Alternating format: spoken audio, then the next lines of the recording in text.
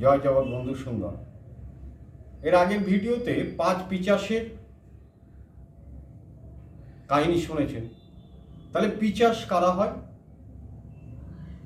বোঝা যাচ্ছে যে যাদের মনে প্যাঁচ আছে, যারা ধর্মকে মানে না, ওদের কাছে ক্ষমা বলে কিছু নেই, নিজেকে সব সময় মনে করে আমি যেটা বলছি সেটাই ঠিক, ও যেটা বলছে সেটাই ভুল। এই যে দোষারোপ করা, যার মনে সবসময় ভয়, ভালো কাজে তাও ভয়, জ্ঞানহীন, সদাচার নেই, ভালোবাসা নেই, সব সময় সন্দেহ, অন্যকে দোষারোপ করা, অন্যের জীবনকে নিয়ে খেলা, তাকে পিশাচজনিতে যেতে হবে। আর পিশাচজনিতে গেলে অত সহজে মুক্তি হয় না।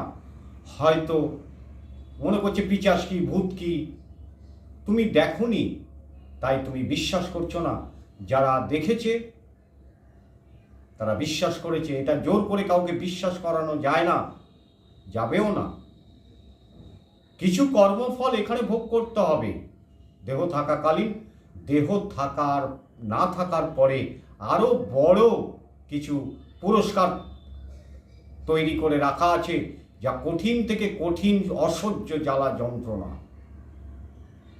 তাহলে কখনো মিথ্যা কথা, কোনো দেবতাকে স্পর্শ করে সেই দেবতার কথা রাখতে হয়। জীবন চলে যাবে, তবু যে কথা আমি দিয়েছি সেই কথা তোমাকে রাখতে হবে। তবে যে কথা রাখতে পারবে তার সংসার সুন্দরভাবে গড়ে উঠবে। এটাই ধর্ম বলছেন। ভগবান বিষ্ণু গরুড় মহারাজজিকে বলছেন, গরুড় মহারাজজি আমাদের সেই কথাগুলো শিক্ষা দীক্ষা দিয়ে ভরিয়ে দিচ্ছেন। জয় জগৎ বন্ধু সুন্দর।